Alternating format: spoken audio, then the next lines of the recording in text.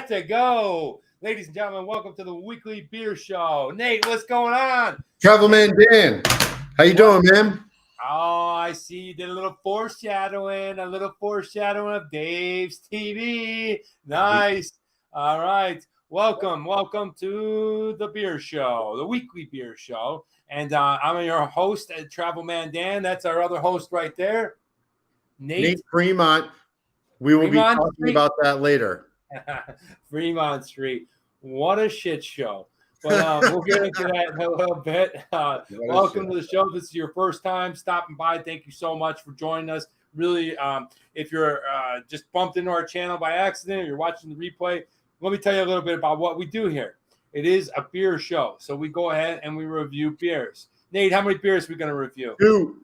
Two beers. We got some great ones stacked up today. Welcome, Brian. All right, we're going to get into you. Brian, special shout out to you. When I got you on the show, I'm using your quote this week. So thank you. Damien, nice to see you here. I'm walking everyone through about what we do on the show. Going to review beers. While we review, we got an amazing guest today. Another, I'm stealing his word, beer tuber. Okay, so that is his word, and he's another beer tuber. We're going to bring him on in a minute. We got some great news or some good news, and today is, for me, this really hits hard and really hits home. Love and light to you, Drunatic. All right, the good news. Then we're going to do a little show and tell action, and I'm going to wrap up the show with a little what would you rather. So going to be fun. Thanks for hopping on. Nate, why don't you tell our regulars hello? Hey guys, what's going on? Welcome to this episode of the Weekly Beer Show. You know exactly what we do here. We review two beers every single week. We take it to the scorecard where we have a score that reaches a potential 25 out of 25, 5 categories: price, accessibility, style, taste, X factor. Danny, is this the week that we get a true 25 out of 25? I don't know. It could be. Samantha, what's up? Hi, Sam. And Ginevra, welcome to the show. This could be the show that we hit an actual 25. We got some delicious beers, and I am looking ready to go. I got to tell you, Nate, I'm a little hungover still. Woo! Why? A little hungover. Tide went on last night. Had a great time. Was at a pool party for all the builders in California. Tony, what's up? And had an amazing time and just enjoyed myself. What'd you drink? Well, we drank a bottle of Pacificos in between a couple of shots of Patron, and then my dear friend Shanna brought home the IPAs, and it was just it was getting. Were the IPAs? Were they a knockout punch or what? When I got home, yeah. I mean, when I got home, but really fun time with some great people. I played some pool volleyball. Just my friend and boss, he has the biggest swimming pool I've ever seen in a regular home. We call it the Bellagio. Absolutely stunning. And you can just float around. There's 2 bridges, Nate. Two little bridges. Who the hell has the pool? 2 bridges, a little waterfall and a grotto. It was just a lazy river. Pretty much, yeah. Yeah, there is. There's all kinds of little mushroom pedestals where you could sit down. There's a bar in this place. There's a slide. Welcome to the show, Have Trollen. Welcome all the way from Denmark. So yeah, it was a great time. Really fun night. And my friend that just said hello, Samantha, I don't know if you guys have checked her out. Nate, can you go back to Samantha's comment? I got it right here. Samantha, if you haven't checked it out, I previewed their YouTube channel, TBR Schmidt, a long time ago. They do movie reviews, Nate. It's a very successful channel. Her and her husband, Daniel, who are also my friends, great people. Definitely, if you haven't, I'm going to go ahead and put their channel down in the description of this so you can check it out. But I definitely recommend their channel. I'll always go ahead and support people that are good people. They have a great channel where they watch reaction videos for the first time. Is it current movies? Is it older movies? Is it a mix? It's a mix. They're a little younger than me and you, so a lot of the stuff that we grew up on in like the 80s and stuff like that, and cult classics, they do. TV show. I think they do 2 TV shows and 2 movies. Samantha, if you can go ahead and let us know, but I'm going to go ahead and for sure put down the description. We got to get him on the show.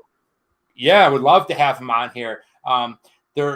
Daniel is her husband. He's great, and Sam is it's just really fun channel. So shouts out to you guys. But now it's time to bring in today's beer tuber. Are you ready, Nate? Hell yeah. Can't wait. All right, guys. Well, this person is somebody that we met on YouTube throughout the beer community, and he's got a great channel. I'm going to tell you all about it. But before we go ahead and actually bring him on in person, let's roll tape. We'd love to be on. Samantha, we would love to have you, and we can make that happen. Absolutely. So, yeah, when Daniel gets home, we'll be chatting. But let's go ahead and roll tape, Nate, and bring in our guest today.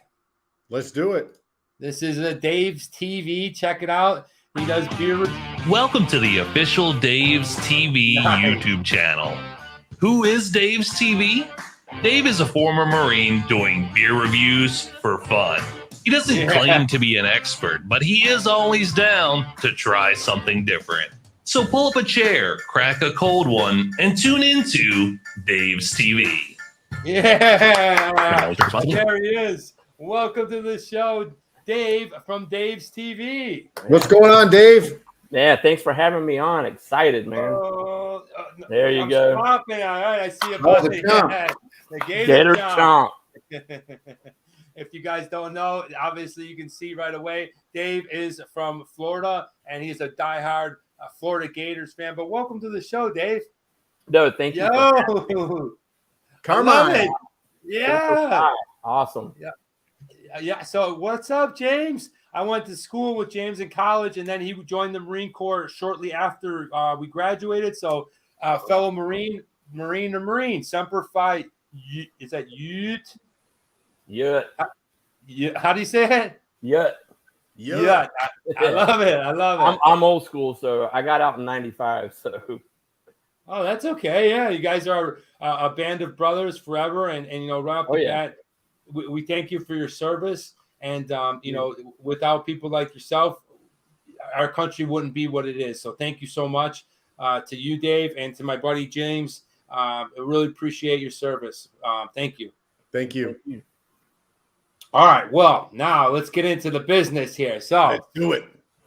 Dave is here to drink beer with us. You saw a little bit on his channel. I'm going to let him do the talking. But before we do, let's get a cold one. Let's crack it open. Let's get a pour. And we got 2 different beers going on here. Absolutely, James. This is my fault, everybody. So I sent out the beer that we're about to review. Dave and I are going to review it. I sent one to Florida from Las Vegas, which is about 3,000 miles away. And I sent one to Los Angeles, California, Castaic to be specific, which is about 200 miles away. One person got it. The other didn't. And Anderson's here. Hold on a second.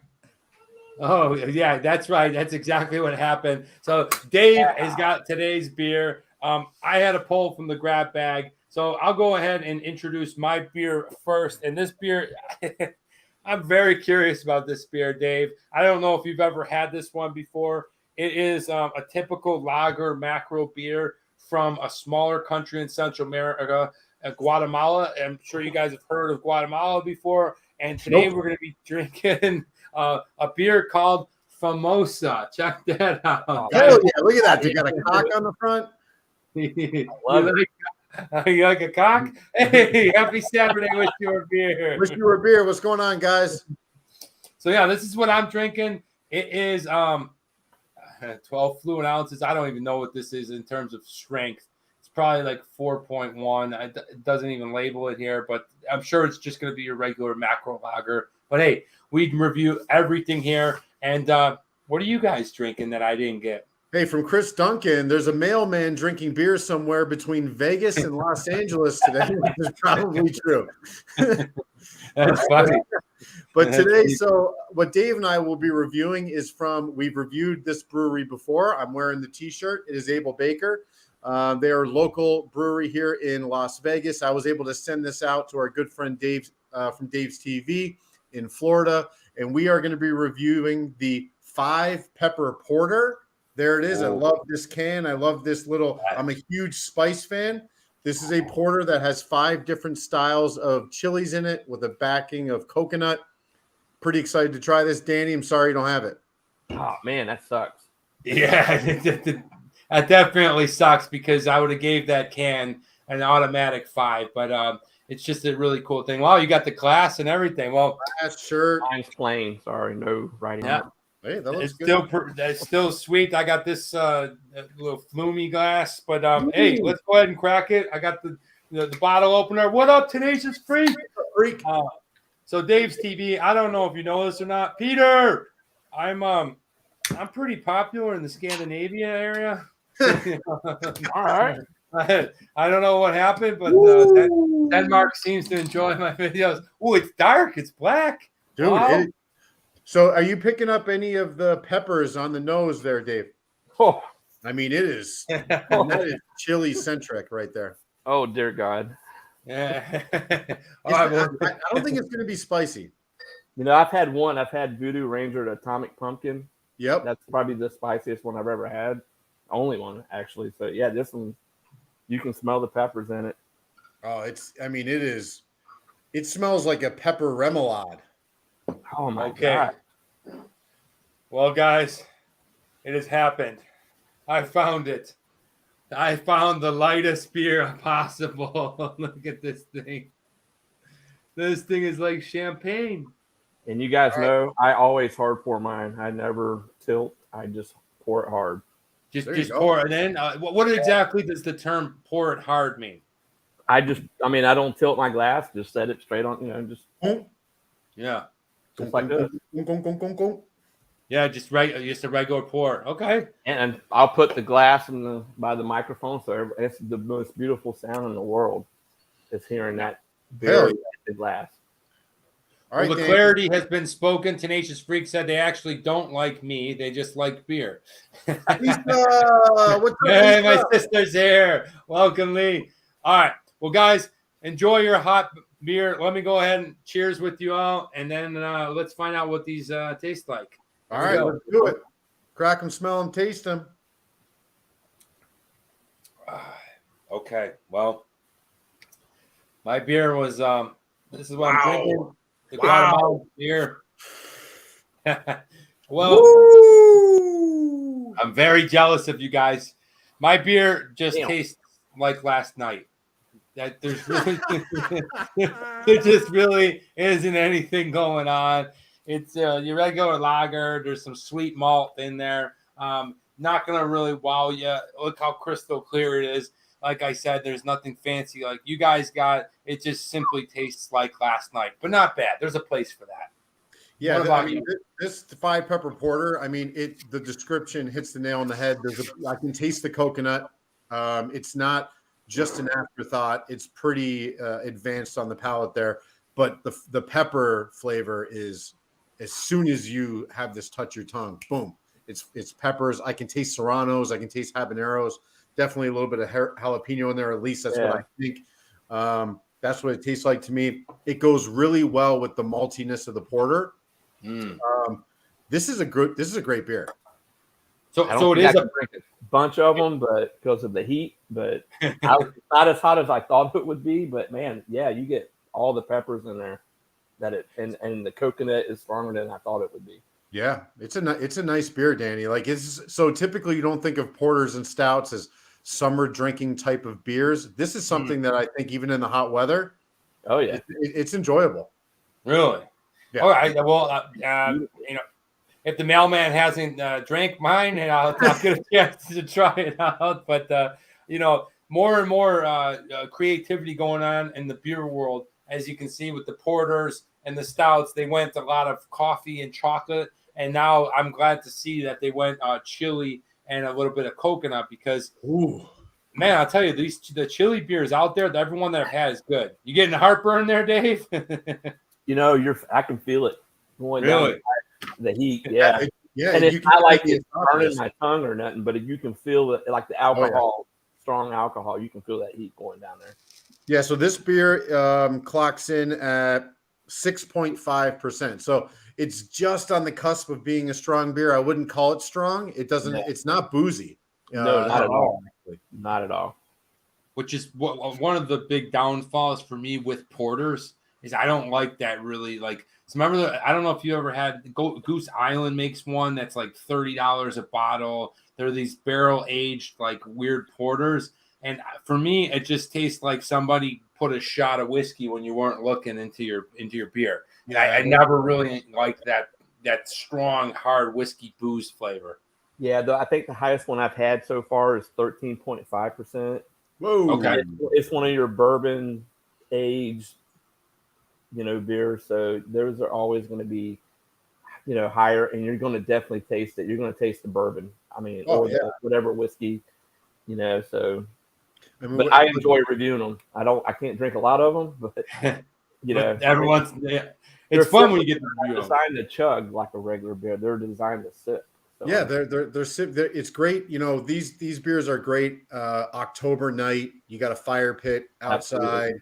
You've got you're just kind of sipping on them, and you're just enjoying a nice evening. That's what these really these kind of high octane stouts are.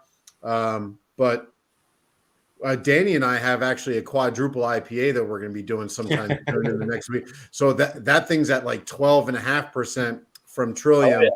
So I have a feeling that's going to be real boozy. Oh, I might have to watch that one. It's going to be good. Well, look, guys, this is Dave's TV. This is Dave from Dave's TV. Dave, tell us a little bit about who you are. What do you do? You're a beer tuber. And by the way, I stole that word from you, so you get credit for that. But I love it. And tell us a little bit about yourself and what you do and who you are. Well, my name's David, born and raised in Florida. And like I said, day after graduation, I went to Tampa MEPS, joined the Marines, and did 4 years in the Marine Corps, got out, did some odds and end jobs, and then I became a law enforcement officer in December of 1998. I'm still doing it, and it's a tough job, but it's rewarding sometimes, believe it or not. And got into always been drinking beer. I mean, Marines, that's what we do. We drink beer, get drunk, whatever. But I was always against the craft beer. I just didn't, like it. And I don't know if it's because I got older or if I got smarter. I don't know, because when you're young, you don't, we drank whatever we could get our hands on in the Marine Corps, especially on non-paydays. And I would have never dreamed of drinking that he's holding in his hand. But got my channel started actually it kind of started with my brother-in-law, because he's a big craft beer drinker. He doesn't review or anything, but he kind of got me on it. And, IPAs were like horrible to me. And now it's probably the most favorite beer that I like. Is it really? Yeah, it is. If you had to pick one, you would go IPA with your IPA all the way. Me too. Oh, yeah. I go out to a restaurant and I check to see if they have a IPA, and if they don't, I just get a lager or whatever. Is there a particular style of IPA? Because obviously, because of the craze of IPAs, it's broken out into segments. What do you think is your favorite style? Is it a double dry hopped? Is it a imperial IPA? Is it a black IPA? What do you prefer? You say black IPA. I just reviewed my first one from Walking Tree Brewery out of Vero Beach. Awesome. And I couldn't, because where I live, it's hard to get my hand. We have two breweries here, but they don't actually they don't. They're just. I mean, they'll can, like, one of them cans one at a time. Sure. But it's good enough to review it on your channel, but I don't know if it'd be good enough to send to somebody, because I don't know how good it would stay. I don't know if it's considered a growler or what, but black IPAs, I've only had one, but man, that thing was just the weirdest thing, but it was the greatest thing, because you get a IPA and a porter all at the same time. I mean, literally when I did the review, and I'm not, it was weird, because I mean, you got porter and IPA right at the same time. You got the grapefruit, the citrus, and then on the porter side, you got the coffee. I love coffee. You got the maltiness, the roasted, and it was all at the same time. It wasn't like one was first; it was just at the same time. So I don't know if that brewery just made it that way. I don't know. I don't know the physics of brewery and all that. I just drink it.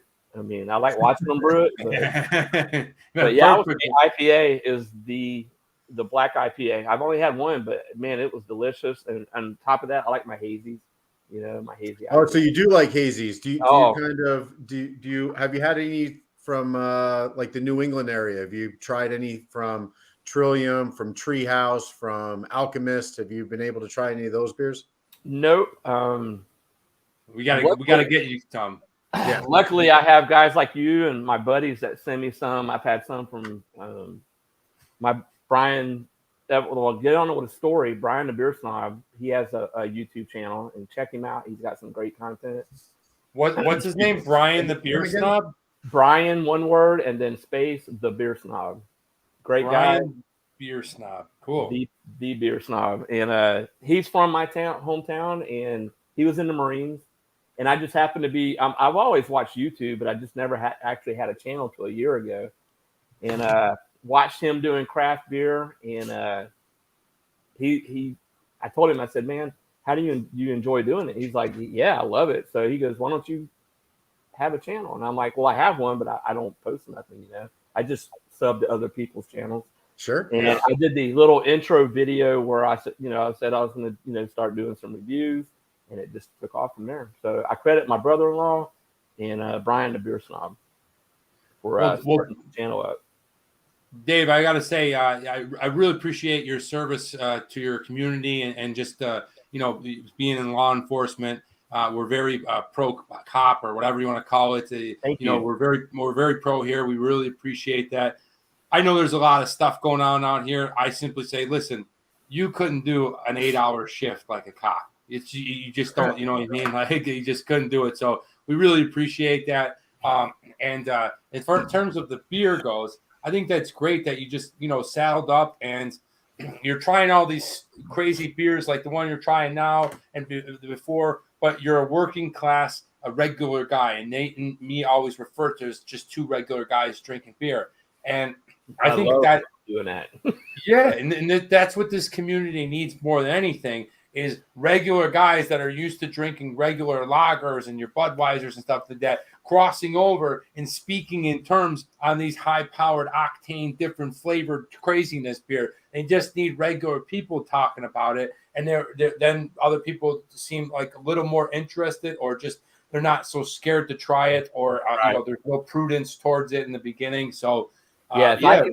Really. If I can try it, anybody can. Because I'm gonna tell you right now, I hated craft beer, and I didn't talk bad about the breweries. I mean, they were doing their thing, but I just couldn't drink it. And maybe it was because in my head, because I remember when I was in San Diego, I don't remember much of it because of the beer that we drank, but I remember a place, and I don't remember the name of it. They brewed beer, and all it was dark beer and light beer. I like that. And I would drink the light beer. I'd stay because it was like crude oil. But now, like stouts and stuff, I love drinking stouts. Well, it's just a matter of getting introduced to it and being comfortable with it, because there's a lot of people that would identify with stouts as like, old, warm European beer that is not palatable for the most part. It's not drinkable. It's not approachable. But in the right setting, it's a great drink, But most people don't know it. They assume all beer drinking is guzzling Mick Ultra. Hey, real quick. You said that because that's all I used to drink was Mick Ultra. Mick Ultra. Yeah, that was it. And I'm like looking at myself in the mirror. I'm like, you drink to get a buzz, or and you got to drink like what, at least 12 of those damn things to get even a buzz off of it. And I can drink 1 or 2 craft beers. I'm good. Yeah, exactly. It just gets you there faster. And I don't know. Mikey's Food Kitchen here. Look at that. There's a 20-year-old Army vet, a sharpshooter that I grew up with. Very great guy, friend of the show. And Tenacious Freak says, Dave TV going to do a 40 hands? So do you know what Edward 40 hands is, Dave? I'm trying to think. What the hell is that? We're both middle-aged, and I kind of grew late to this trend, but there was a trend in the early 2000s of college where people took 40 ounces of beer. You get 2 of them, and Edward Scissorhands, the old Johnny Depp movie, and you tape them to your hand. It is awesome. I do a Christmas episode in my hometown every year. People get dropped down. We had a guy throw up all over the place, and we had a strange mystery guy show up. It's just it's a lot of fun. Yeah, Rocco.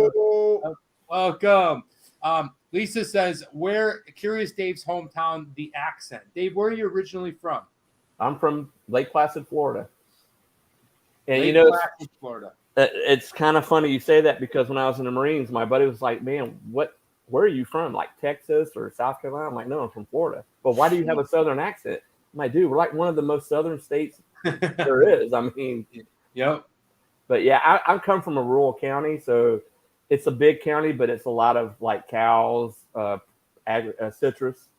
So, I mean, it's. Yeah, I remember a lot of people don't know this, but I want to say Florida is the biggest cattle state. I don't know. A lot of people think. I don't know if it's the biggest, but we're up there. I mean, it's bigger than Oklahoma, and I don't know if this is true or not, but I remember it was a staggering, like, whoa, pay attention. Florida, because I spent some time a little bit in Lakeland, Florida. Okay. I don't know, right outside of Tampa Bay, right after college. I'm like an hour, 15 minutes away from Lakeland, if that. I loved it. My buddy was going to be a professional fisherman, so we went down there. It was a long time ago, but stouts have become one of my favorite varieties, although I will not be a fan of the Doppelbock. Man, I love Doppelbock. I got one. Man, I've only done a couple of those. That Celebrator here somewhere that Danny and I drank. That Doppelbock's a great beer, but I understand why people might not like it. It's incredibly malty. It is. Boozy. Yeah. So it's not for everybody, but I'm a big fan of the Doppelbock. But I agree, Mike, stouts are awesome. Yeah. But this is what I'm drinking, guys. I know it looks like champagne. Not as fun. It looks like it's the clearest beer I've ever had. It is called Famosa. It is from Guatemala. It is their lager, and it's not bad. It's like I said, it just tastes like last night. It's your regular beer. It's not gonna wow you like you guys are drinking. I'm more interested, like now that you're halfway through the can. What's that hot peppery beer feel like? It is not overwhelming with the heat, but I mean you can feel it in your stomach. I'm telling you, you can feel the heat a little bit. So, Stuart. Okay, so Stuart, this is not a foo-foo drink. This is actually a beer. It's got a cock on it, guys. Come on. Yeah. There you go. So Stuart is great. He is a beekeeper, okay, a bee farmer. Yeah, he makes his own honey here in Northern California and then over in Dakotas. So but this is not a foo-foo beer show. We got 15 people right now. Can we get to 20 to bust out the funnel? We're here with Dave's TV. We got Nate Fremont, and we are having a good time, Nate. I'm drinking this foo-foo weird thing. They're drinking. What are you guys drinking exactly again from Abel Baker? 5 pepper porter. All right. Well, Abel Baker's great. You guys have been on a brewery tour before. I love the can. Nate, how about we go on a little brewery tour? All right. You got it. Here we go, guys. So Abel Baker, really excited about this because... What? Stop. Here she is. Shanna. Okay. Shanna came to the rescue. She's like, I'm already about 7 beers in last night. He says, I'm going to go get some more beer for everybody. I said, Shanna, can you give me a couple little IPAs? So she came back. And to be honest with you, Shanna, I don't know how I'm doing it. All right. So, Abel Baker, we've talked about him before, but at the weekly beer show, we're kind of not transitioning, but what we really want to do is we want to promote our local markets. Danny being in Los Angeles, myself being in Las Vegas. Anytime we can bring an exceptional guest on like Dave TV from Florida, we can talk about their beer, the Florida beer scene. But really, we want to promote the local markets. And Abel Baker is a place that Danny and I have both been to. They got a great brewery. They're on Brewery Row on Main Street in Las Vegas. And we just want to talk a little bit about that and kind of highlight what they do. Here's their credentials. Check out their website. They are on Instagram and they are on Twitter. They are located in Las Vegas, Nevada. There you can see Nevada on the American map right there. It is on the West Coast, bordering California, Arizona, and Utah. And there's Las Vegas. There is Las Vegas in the southern corner of the Silver State. Today's beer is the 5 There it Pepper is. Porter. It is Yeah. a porter style beer at 6.5%. I did go on their Untapped and checked out the ratings. Not a lot because this is a seasonal beer. They do not have it year long, so they bring it out probably once a year. 846 check-ins with a 3.95 out of 5 score. That's a good score, especially for a porter, yeah. which isn't the public's favorite beer, if I'm being honest. And I wanted to kind of showcase this. This is from their Instagram page. By the way, if you haven't checked it out, we do have a new Instagram account, The Weekly Beer Show, if you guys want to check it out. Yeah. 5 Pepper Oh, Porter. I love it. This is the art from their website. So those That's peppers, that look like a badass, dude. serrano, a habanero, a jalapeno, probably a, what is that? An Anaheim, and then maybe what would that red one be? Shit. I know the name of it, but I can't connect the dots right now. A Fresno chili. That's what I think. No chili. From a brewery known for bold flavors, this is probably our most ambitiously flavored beer. This American porter is brewed with fresh toasted coconut, then dry hopped with a 5 pepper combination that includes jalapenos and habaneros. A deeply layered beer that goes from an upfront coconut nose to chocolate caramel sweetness and finishes with habanero heat. I got to say, I kind of disagree with that. I appreciate them putting it on the can. You can see it's right here. They tell a story. We know how much I like that. I get the peppers right away. Like, it does not linger. I get it with the combination of the coconut. It is very, very forceful when it hits your palate. That habanero, that heat, it's not strong, but you're getting pepper flavor right on the rip. Dave, do you agree? I agree. I mean, it's not like it's burning your tongue or anything where you got to go drink a glass of milk, but you can feel the heat going down your throat and in your stomach. I mean, It's definitely a sipper. You don't want to guzzle it. Well, we're going to guzzle it soon. So, Okay. But anyway, so 5 Pepper, 6.5%, 40 IBU. I love the artwork. I like that they're dropping pepper bombs on, I don't know, on somebody. Where's Tom Cruise and Maverick? Where's Tom Cruise? Is that what you said? Where's Maverick? Where's All right. Maverick, man? So here you can check out the Untapped, right? So you can see the 846, 3.95. Here's the details. I just read them, but I wanted to share them. Here's a couple of different offerings that Abel Baker is kind of known for. Chris Kale Impaled Ale is a red beer. It's about 10%. That's one of their top 3 beers, I would say. It's always on the menu at Abel Baker. The Atomic Duck is their flagship. That's an American-style West Coast IPA, about 7%. Awesome beer. I absolutely love it. You can see the Zombie Ducalypse. That is a black IPA, a black double IPA that we were just talking about. I don't think it's in rotation anymore, but I want to talk about it because we were doing the porter today. Danny, I did put this one on here for you. They have an Oktoberfest Marzen right there in the bottom left. Nice. And they have a Mexican-style beer, well, at least a Mexican-flavored style beer, which is called horchata as opposed to horchata, which is their kind of cinnamon milky style drink. I love it, but I want to address this comment right here from Frank, and he says, this reminds me of the chocolate pepper challenge. Yeah. So we've done that. And then my friend Ryan, she says, nothing can keep merman down. So, I was swimming around the pool like a merman yesterday. Hey. Dave, have you ever done any chocolate or pepper challenges or anything like ridiculous like that? No. My wife would kill me if I did that, probably. Hey.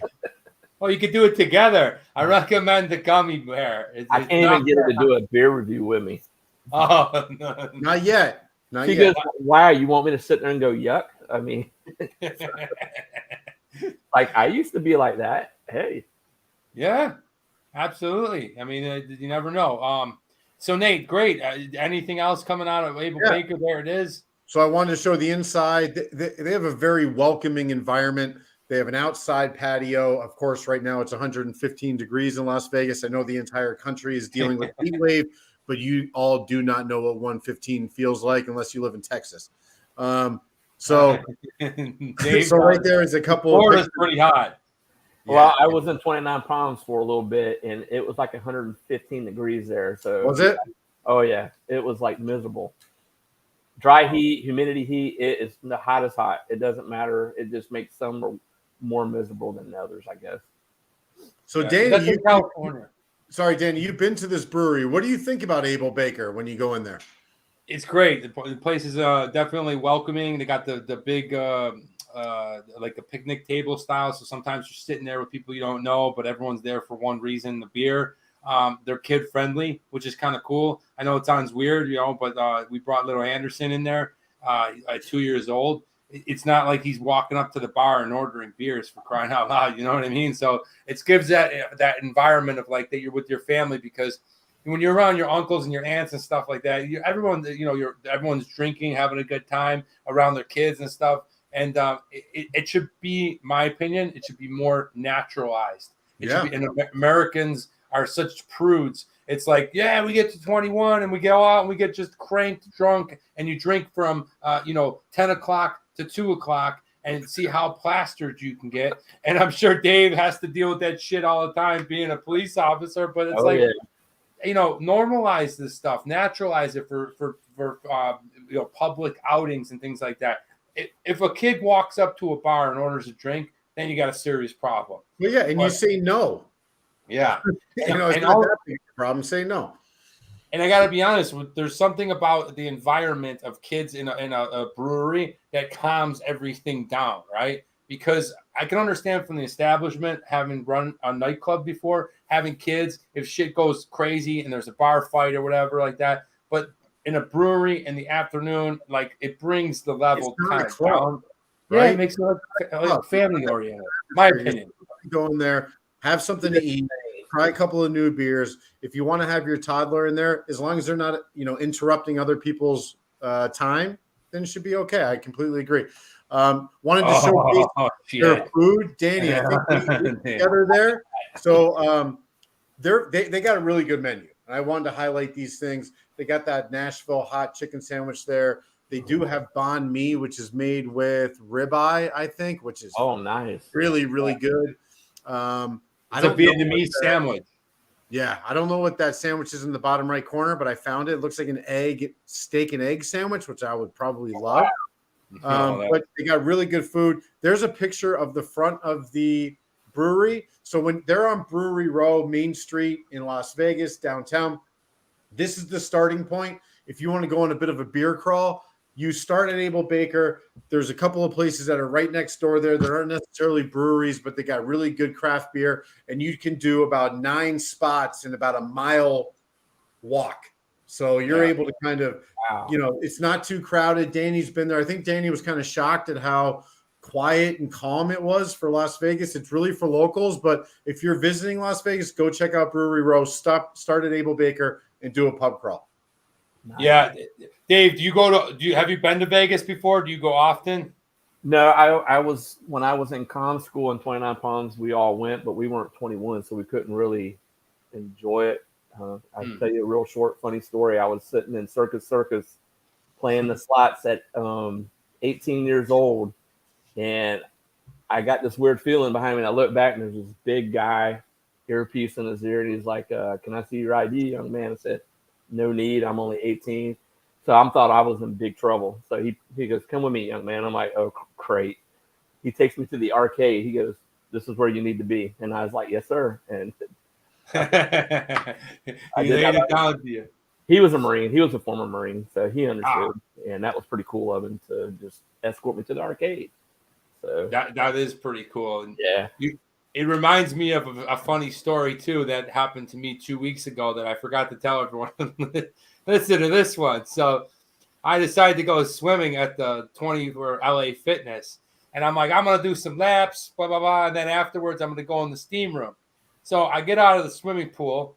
I jump out, and I run right into the locker room where the steam rooms are.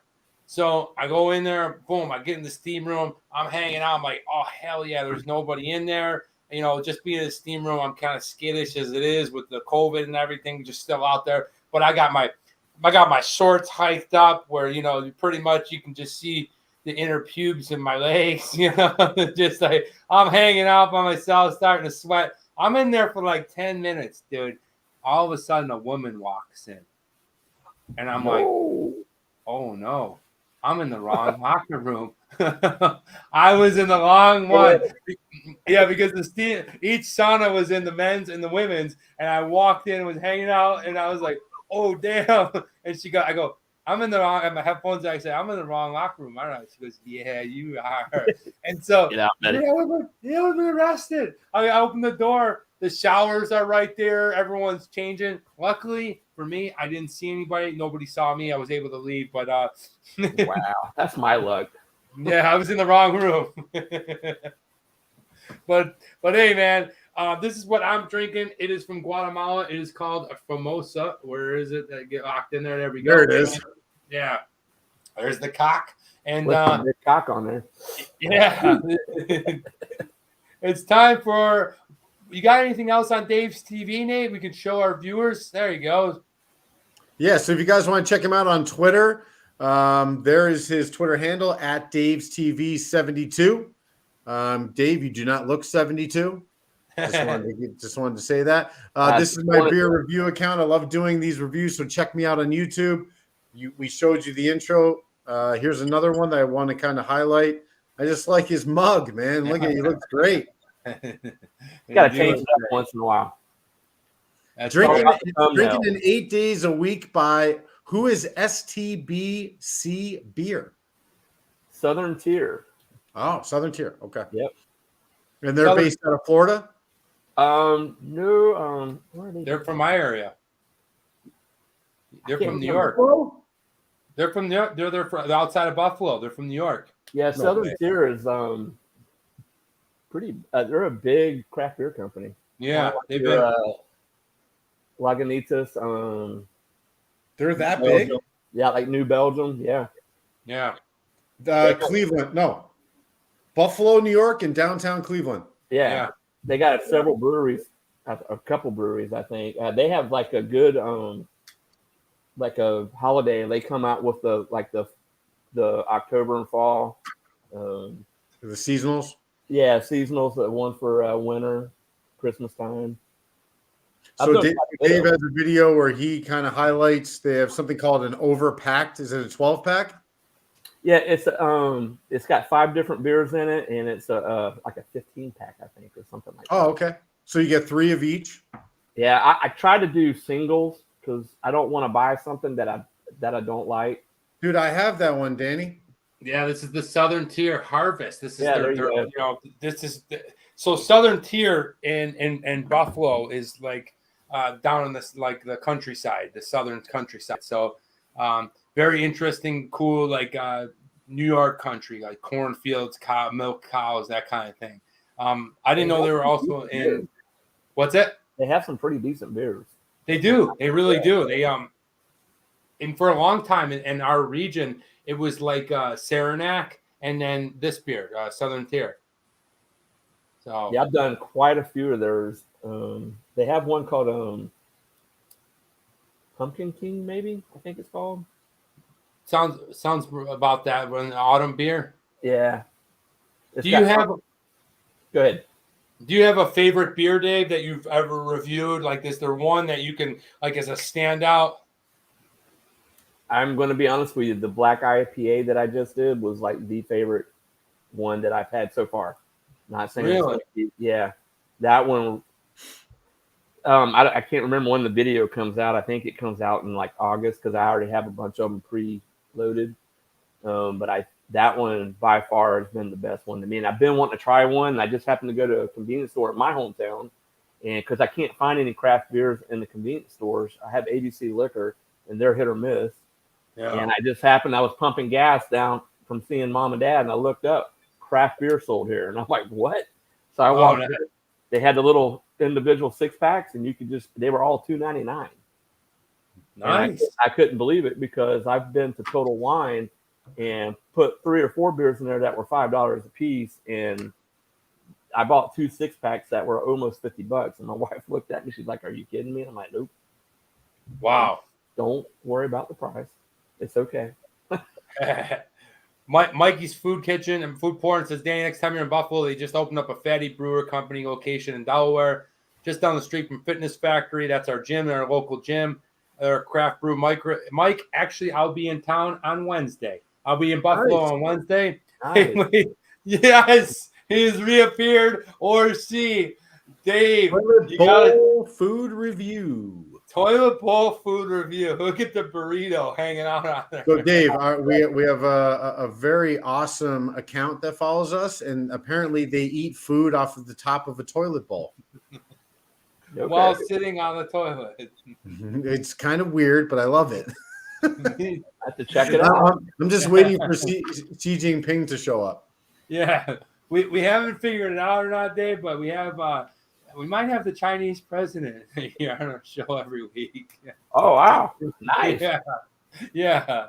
Guys, if you're just joining us, we got Dave from Dave's TV. We're having some beers. The mailman drank mine, but I am drinking the Famosa from Guatemala. There we go. Nate and Dave are drinking Abel Baker, some hot pepper porter. We're having a great time. If you haven't checked out Dave's TV, it's another beer review channel. Awesome. I'm going to put it down in the description. Please go ahead and support him after the show. They recently won medals on the other brewery. Oh, that's good to know. I'll have to check that out. But guys, it's time for good news. And this one is really heartfelt. This one really means a lot to me because I'd seen it with my own eyes. I experienced this one myself. And it comes to us from let me go ahead and pull this up. Where is it? I don't know. Okay. This one comes all the way from Africa. All right. Botswana cuts HIV transmission rates to children from 40%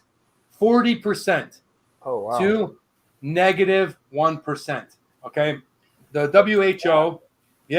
WHO recently celebrated Botswana for their groundbreaking achievement of stopping the transmission of HIV between moms and their newborns. Okay, there you go. There's some kids. The national program has reduced such occurrences from 40% to below 1% since it was launched 23 years ago. Botswana still struggles with high HIV rates, but in the country's central health district, just 4 babies have been born this year with HIV. That is friggin' amazing. I want to go ahead and say this is a huge accomplishment for a country that has one of the most severe HIV epidemics in the world. Botswana demonstrates that an AIDS-free generation is possible. This groundbreaking milestone is a big step forward in ending AIDS on the continent. I absolutely love this. Like I said before, it really touched me because I spent the beginning part of a Peace Corps tour in Zambia, and it was between Zambia and Botswana, which are right next to each other, north and south of each other, if you can see there on the map. These countries are the most infected of HIV, and the thing is the children are actually born with HIV, and they don't ever even get a chance to and they don't ever get a chance to really grow up with it. A lot of infants die because it's so strong. AIDS in the 80s for us was very scary. It's still very scary, but it's not an everyday part of life like it is in Africa still, especially in Botswana. So this to me is amazing. This shows progress. 23 years ago, I was in Africa. So I think this is really, I'm so happy to see this. Love African people and African children, and I love that they're going ahead and putting this forward. It says right here in 1999, HIV prevalence rate was as high as 30%. Wow, 30% of the people in Botswana had AIDS. That is nuts. Okay, crazy. So or HIV. I'm sorry, but so that puts it in perspective. Glad to see that this is our great news for today. And guys, check out Botswana's flag. I've always liked this flag. I don't know why. It's just kind of cool. Unique. Yeah. But yeah, that's today's good news. I hope that you guys, found some value in that and enjoyed it. Have you seen the recent Taiwan stats on babies being born? They're down 27%. Wow. I did not know that.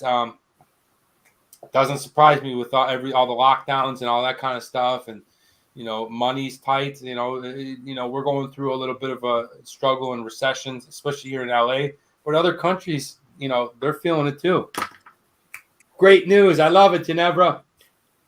Hey, guys, I think it's time to go ahead and drink the rest of this champagne, and we'll go ahead and score it.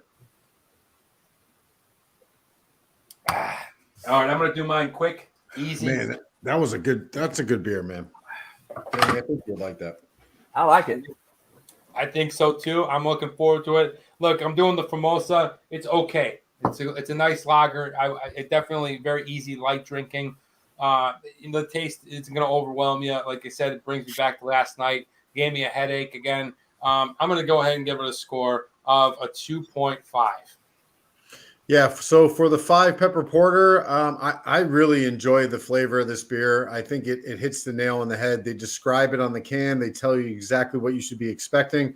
Once you drink it, it carries through. 4.0 for me. Dave, what do you think? I'm close. I'm a little lower. I'm not big on it. I mean, I like hot stuff, but I guess because I'm getting older, it's kind of hard to. But this one, I thought it was going to just burn my tongue up when I could smell all the peppers. But I gave it a 3.5. I love the flavor. Obviously, I probably couldn't drink a bunch, not because I couldn't handle it. It's just that's a lot of pepper. Yep. But it's definitely a sipping drink by the fire on a cold night. You said October. Here in Florida, we might get lucky in December, January for some cold weather.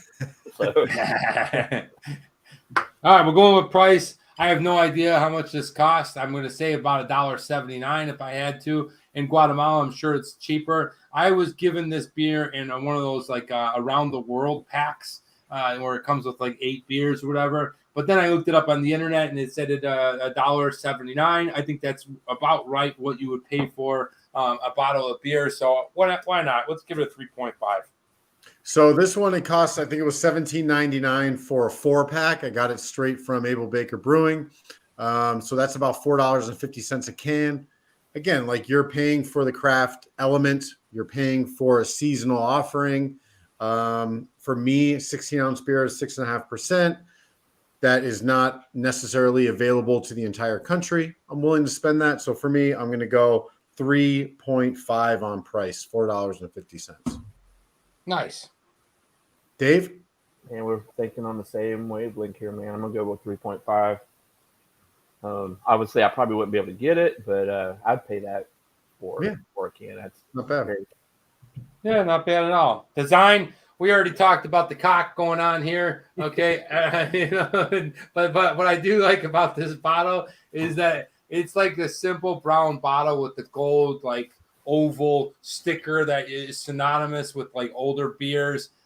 It's something that you would see around the world. And they're little, when I travel around the world, you go into these little bodega type shops, and this is exactly what you would see. The design, nothing great, but I do like the male chicken right there. And I don't know. I guess I'm gonna go ahead and give it a 3.5. All right. So for the 5 pepper porter, I absolutely love this can. It's simple. I like the black matte color to it. I like that they don't spell out 5 pepper porter. They kind of do a 5 chili pea symbol, which I think is pretty cool. They do tell the story, which I'm a massive fan of. And they down here at the bottom, it says porter with peppers and coconut. I appreciate this style. I appreciate the beer. It's simple. It's clean. For me, it's a 4.5. Nice. Okay. I like the can. The can art's simple. And I like the 5 with the pepper and the P for the porter. I love the name of the brewery, Able Baker. I mean, it reminds me of being in the military. It tells you a story. I like having the stories on the cans. I like having the ABB on the cans. So I'm going to go with a 4.0. Nice. Is Able Baker a military term? Is it an airplane, or what exactly is it? It's not. It would be. It'd be Alpha Bravo in the military, but a lot of the Able Baker is in the police a lot from different states. They use Baker, Able. I use the military when I talk on the radio. Okay. They know what I'm talking about. But there's actually 2. There's a military one and there's a law enforcement one, and they're somewhat close, but they're somewhat different too. like Abel Baker's more of like a police jargon type stuff, and that's why I like it. So Yeah, so the Able and the Baker, those two words, if you split them out, they're independent of each other. They were nuclear test sites that were outside of Las Vegas. And one of them was named Able, one of them was named Baker. So the entire kind of influence that Able Baker has on their beer is kind of has to do with that, the nuclear kind of testing and bombing back in the 40s and 50s. I like it. I like it. All right, let's go to accessibility, guys. You're not going to be able to find the cock everywhere. I feel like it's very low, so I'm going to go ahead and give it a 1.5. I feel like unless you're in Guatemala or you're going to the world market, you're not going to be able to find this beer. Nate looked high and low for it, couldn't find it, but there it is, 1.5 on accessibility.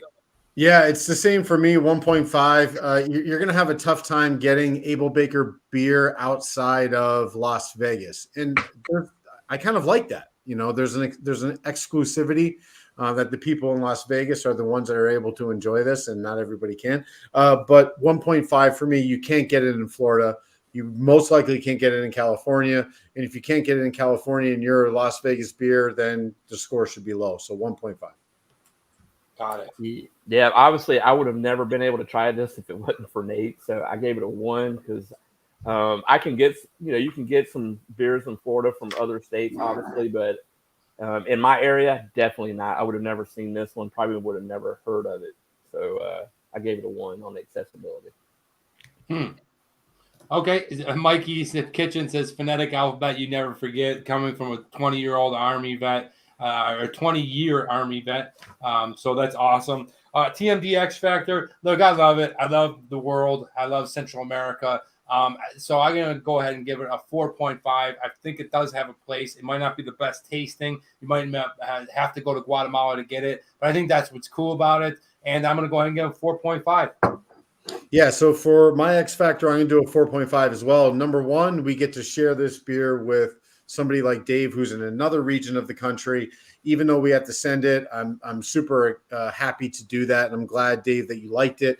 It's a local beer for me. It is a local brewery for me. It's a place I've been to many, many times and spent a lot of time and money in this place. So for me, 4.5 seems appropriate, and I really enjoy the beer. Well, obviously, I saw the pictures that you posted of it. It looks like a really cool brewery. I would love to go there. Love the name of it, and I definitely love the name of this beer. So I'm going to give it a 4.5 also.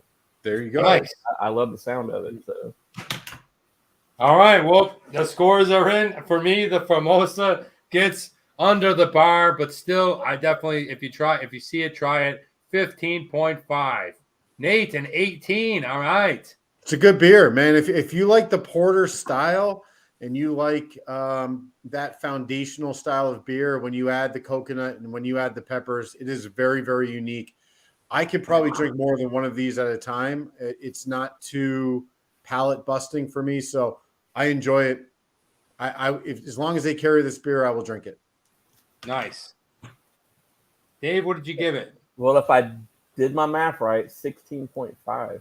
Hey, that's nice. Right at the line right there for good beer.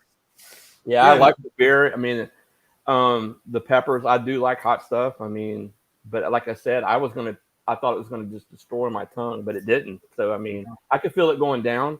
But I'm starting to really like porters and stouts, and I really like the flavor of this one. I could probably drink 2, not because of the alcohol, it's just the flavor of it. But I definitely like the one that I drank. And Nate, thank you for sending it to me, man.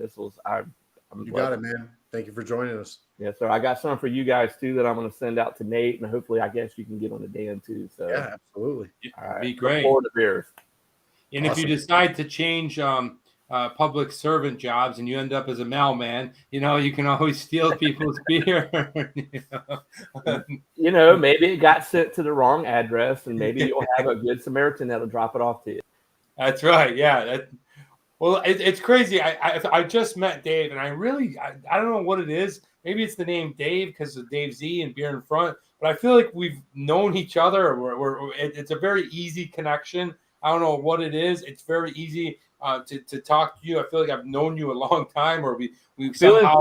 Guys, I mean, thought I was going to be nervous, but this is like doing a yard stream with my buddies when we do a live. We just sit back and we don't care. We don't edit nothing. We just talk. Yeah, And everything else in life. So I'm glad you enjoyed it, man. We had a great time having you on the show. yeah. We're about to get into our second beer. I don't know, Dave, if you're got somewhere to be, if you want to stick around, you're more than welcome. Unless you don't want me on here, I'm going to grab one out of the fridge and I'll have Nate look it up for me because I'm not computer savvy like he is when he can pop off the screen. And if you don't mind, I'll have another beer. Let's roll. Yeah, stick around. Oh yeah, let's do it. Let me go get it. Okay, Nate, You're good. You're good. I'm really excited about this next beer, Nate, because this is one of my favorite breweries here in Los Angeles. And I'm excited that Dave's going to come back and join us and stick around. We got a great group of people watching us. I see Drunatic, Toilet Bowl Review, Murph Rod, Mikey's Kitchen, my sister Lisa. I don't know who else is out there, but thank you so much for dropping by. And just this, I can't stress this enough. Thank you so much for the continued support.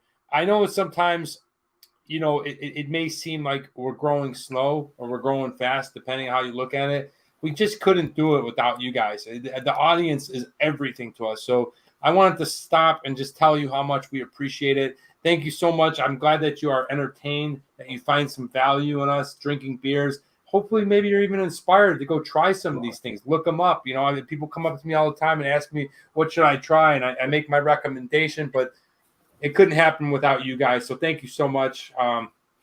Dave's TV is back. He's joining us from Florida. If you haven't checked out his YouTube channel right now, please do. And go ahead and support him as well. He's another beer tuber. But Nate, are you ready for the next beer?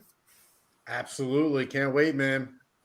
All right. The next beer, we've done a few different beers from this brewery. It's a local small place in Glendale, which is a suburb of Los Angeles.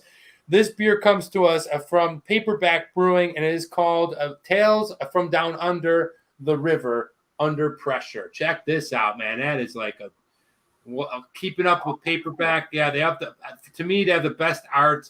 They always have a snazzy name. It's a pale ale. So if you're not familiar with that, it's Nate, what is a pale ale? It's an ale style beer. It's usually in the 5 to 5.5, maybe 6% range. It's going to be golden to amber color, styled with pale malt. So it's going to have a heavy malt backbone. There should be a little bit of hop in there, but not too much hop like an India Pale Ale. The whole point of the IPA was that they had to add the hops in there to make the journey from India to Britain. So this just doesn't have that intense hop profile. It's going to be a little bit maltier. Yeah, it says it's double dry hopped, right on par with what you said, 5.5 alcohol percentage. Looking forward to trying that. Dave, what did you dig out? And thank you, Damien. You're making our Saturday. All right. I have pulled out one of our famous Cigar City Brewing Company. Ooh, love Cigar City. Cosmic, what's it called? Crown. Nice. So that's a Belgian double. The Belgian style strong golden ale. So have you had the High Alive from Cigar City? I've actually reviewed the High Alive. That is a great beer, man. I love that one. I've done the what is it called? The Margarita Gosa. No, I've done the Fancy Papers and I've done the Frostproof one. Okay. I've had the Margarita Gosa. That's a good beer, and I've had the High Alive. Absolutely love that beer. It was fantastic. Yeah, I haven't had that one, the Margarita one, but I saw it. I've never seen it before, and I was like, "Ooh!" So, what better way to try it out is on y'all's channel. I love it. Yeah, there it is. I was actually going to try a Cigar City. I went with the Cock instead, but I have one of them. I don't know which one it is, but well, hey, what do we do here, Nate? Crack and smell and taste them. Let's do it. Let's do it. Let's crack it. Let's smell it. Ooh, it smells like beer. It really smells like beer. Like a Sierra Nevada. Yeah. All right. I'm liking the look of Dave's TV. Wow. That looks a little hazy.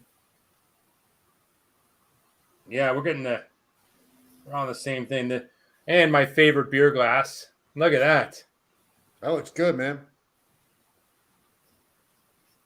It's weird. We all got kind of the same profile. I mean, obviously, me and Nate are going to have the same, but I don't know if you guys have ever seen this or not before, but I have a coaster of Nate and I back in it was more like a college days. But check it out. This is the coaster of Nate and I back in the day. All right. I'm on the left. I'm Homer. He could be Homer. Gee, Homer. Barney's one of the greatest characters in TV ever made. All right. Well, guys, this beer, Under Pressure, looking good. Let's go ahead and taste it. Cheers. Cheers, everyone.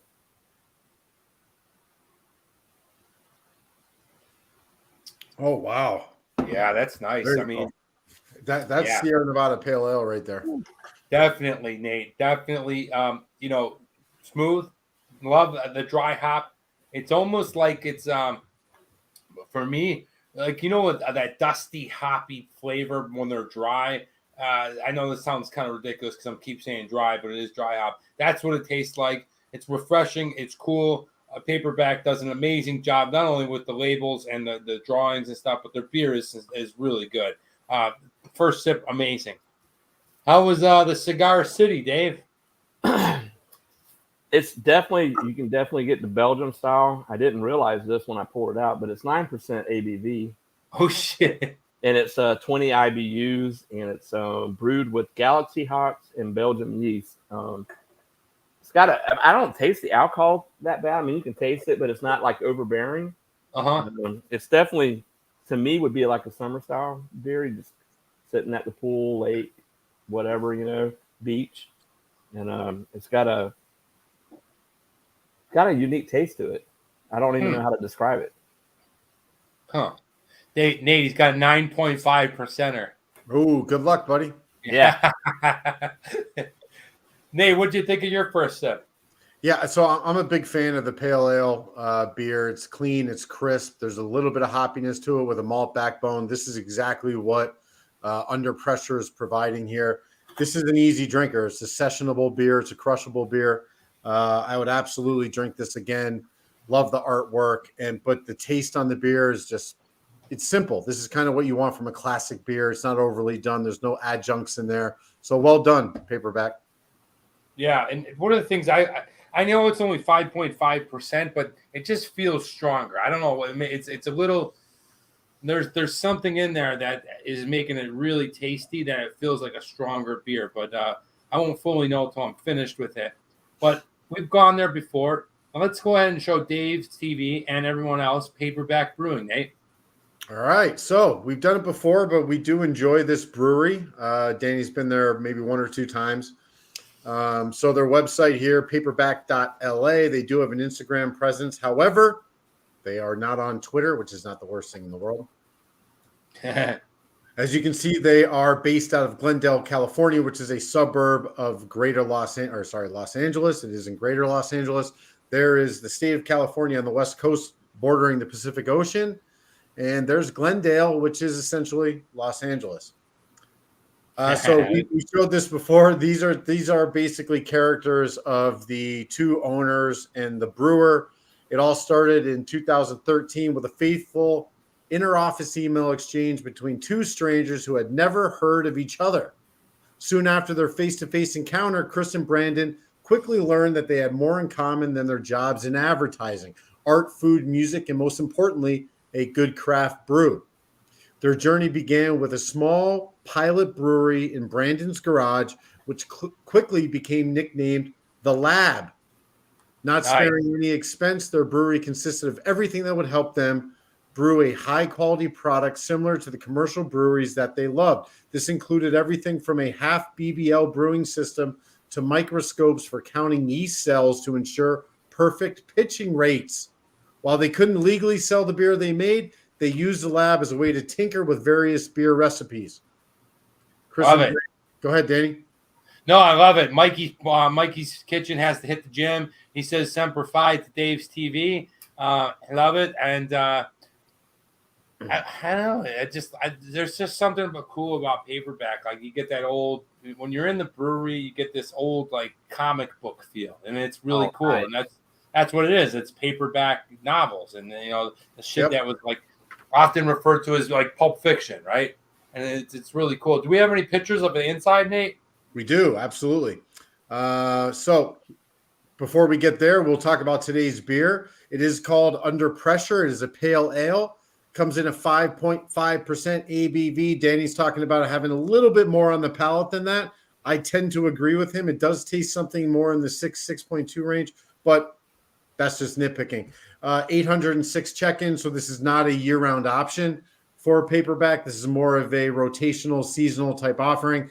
And the score 3.65 out of 5, which is kind of what I expect, or what I feel this beer, what I would score it as. Here's a couple of more options from them. We do have Tucked In by Strangers in the fridge. We'll be doing that one soon. Bunny with a Chainsaw is their flagship, and I believe we did one other one by them, Danny. Which one was it? Is that on the page here? No, but I have it right here. It's called Catfished on Craigslist. That's what it was. And I did not highlight that, but they have an interesting way of naming and artfully decorating their can, so I really kind of enjoy that. There's the pictures of the inside of their brewery. Is a hangar. We talked about Top Gun earlier. You like that, Dave? Huh?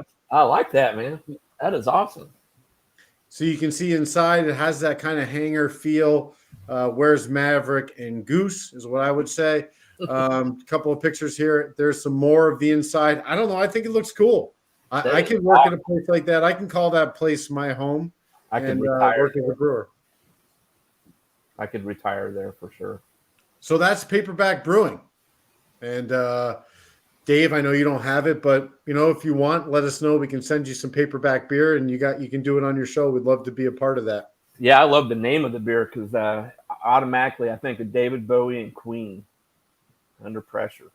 Man, that's an awesome name. I love it. I drink the beer. What a great song, by the way. Oh, it's an awesome song. Very few times you can hear someone that absolutely trumps David Bowie's vocal prowess, and Freddie Mercury did it and killed it. And that's neat that they got together on that song, man. I mean, I actually just recently watched Bohemian Rhapsody. That was an awesome movie. I had been a while since it came out, but I've always wanted to watch it, and I finally watched it, and it was a very interesting movie. But yeah, the name alone for that beer. And believe it or not, I buy beers because of the can art. Yeah, that's how I am. Yeah, I mean, it's a huge deal. It's the marketing part of the craft beer world, right? It makes you, it's like going into a library and finding a book to read. You're judging a book specifically by its cover, and that's exactly what's happening with this beer community, beer scene. So there you go, Danny. We checked out the brewery. That's Paperback. Love it. We're drinking Under Pressure. Under Pressure. You mentioned, Bohemian Rhapsody movie. Nate probably knows this, but before he was famous, I knew Rami Malek. He would serve me chicken every day. So man, that guy played. I mean, he to a T, in my opinion. I mean, it's amazing. Phenomenal. I'm sure he sat and studied different shows and videos of Freddie, but that was, I mean, the look. Yeah, almost. I'm gonna have to watch that today. I haven't watched it yet. Yeah, I haven't seen it either, but I heard it's good. It's a good movie. I mean, he definitely died way too soon. Way too soon. Yeah, and the actor that played it was crazy because, like I said, he worked at a restaurant next to my nightclub. I would go in there all the time, order chicken, whatever. And then one day, I didn't see him for a while. And I asked the owner, I said, hey, where's the guy? I haven't seen the guy in a while with the big green eyes. He said, oh, he left. He got movie part. That movie part, wow. Was the Egyptian guy in Night at the Museum. Oh, yeah, that's right. Yeah. Yeah, that was him. So, if you follow his career after that, it took off. He was on one of those shows like Gilmore Girls here and there, but nicest guy in the world. Yeah, nice. He did iRobot and stuff, but very, very nice guy. My good friend, I'm going to see in a little bit, used to work with him. So, very cool guy, and always fun. He had these big green eyes that you just like, oh. But anyway, enough with that. Time to keep moving on, Nate. Let's go ahead and do our favorite part, and it is what would you rather. All right, Dave, are you ready for what would you rather? Sure, why not? Danny, we did not discuss this. What would you rather? Are you going to do it yourself? I'll go. Y'all can walk me through it. I'll do go, it though. I'm down. Yeah, I'm gonna go right into it, Nate. I'll go butt naked, dude. Let me get in there, dude. So what it is basically there's no right or wrong answer. It's just what would you rather. It's like, I'm obviously a quirky, unusual fellow, and if we're always hanging out, and I'm gonna ask you weird stuff like, would you rather, the old classic, would you rather have a dick for a nose or balls on your chin? so then I used to just ask people weird questions. I'm hoping you asked me that one. You can answer it anytime. I'm going with balls on the chin, dude. All the time, dude. I'm going dick for a nose. I'm going dick for a nose, man, because you can do. Remember, your nose can get a boner, so right. Yeah, well, I would imagine telling a lie. That the people of the opposite sex would much prefer that.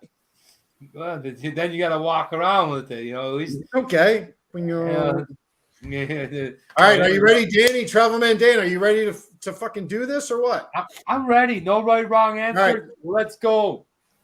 What would you rather? Here we go. Greetings from Los Angeles. Would you rather go to Los Angeles? I'm going to give you a ticket. There you go. You can go to Los Angeles. You can Tinseltown. You can check out the Hollywood sign. You got Santa Monica Pier. You have Griffith Observatory, which is my favorite place. I also worked at that space museum.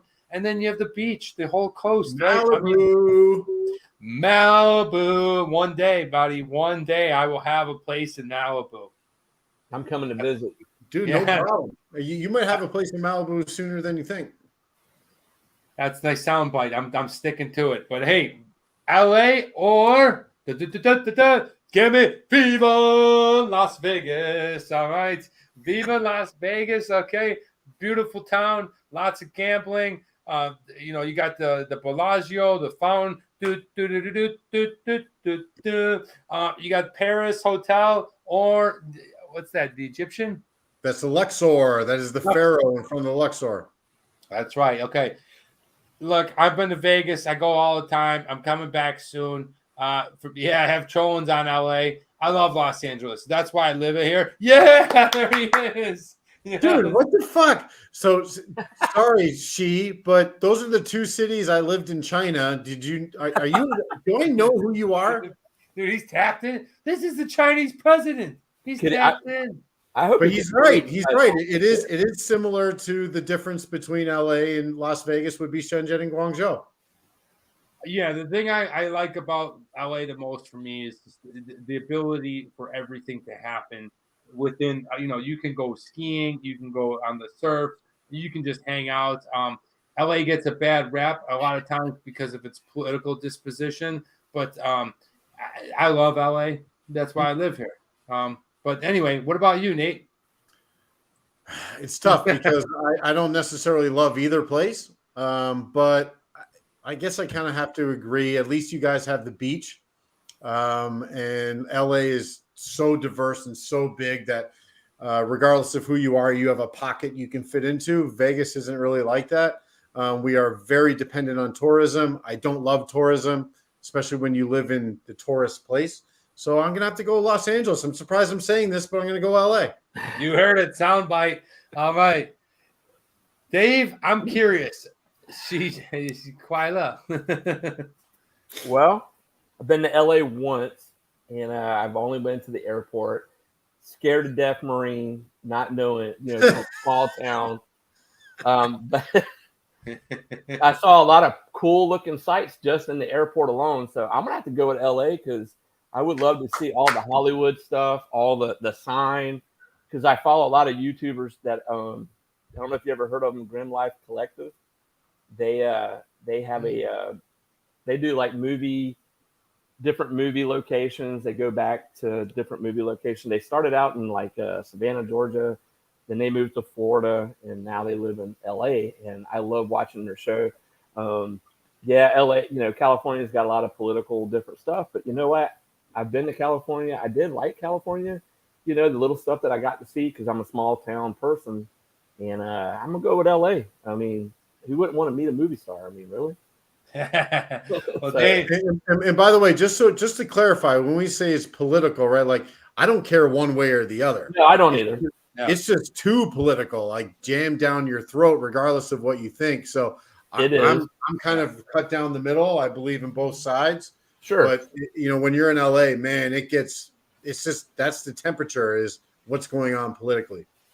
Yeah, and anybody that's down the middle, whether it be, let's say, Los Angeles or I don't know, I'm guessing a very, I guess, conservative town would be somewhere in Texas or the South area or whatever. Florida. Yeah, Florida. Okay, so yeah, you have the opposite spectrum. So welcome to the show. Murph Rod's got to leave. Thank you. Have Tro and welcome. Carlos Z. What's up, dog? But yeah, either one. But let's move on to the next one. Right, and I don't know what's coming, but what would you rather have? All right, Danny, what would you rather? Woohoo! Everybody going surfing.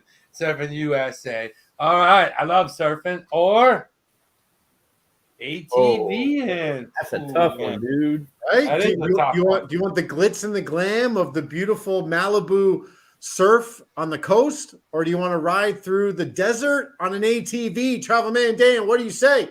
I mean, well, the way I look at it is, equally, you're really good at them. So I'm not going to be flipping ATV. I'm actually going to make it out of that tunnel.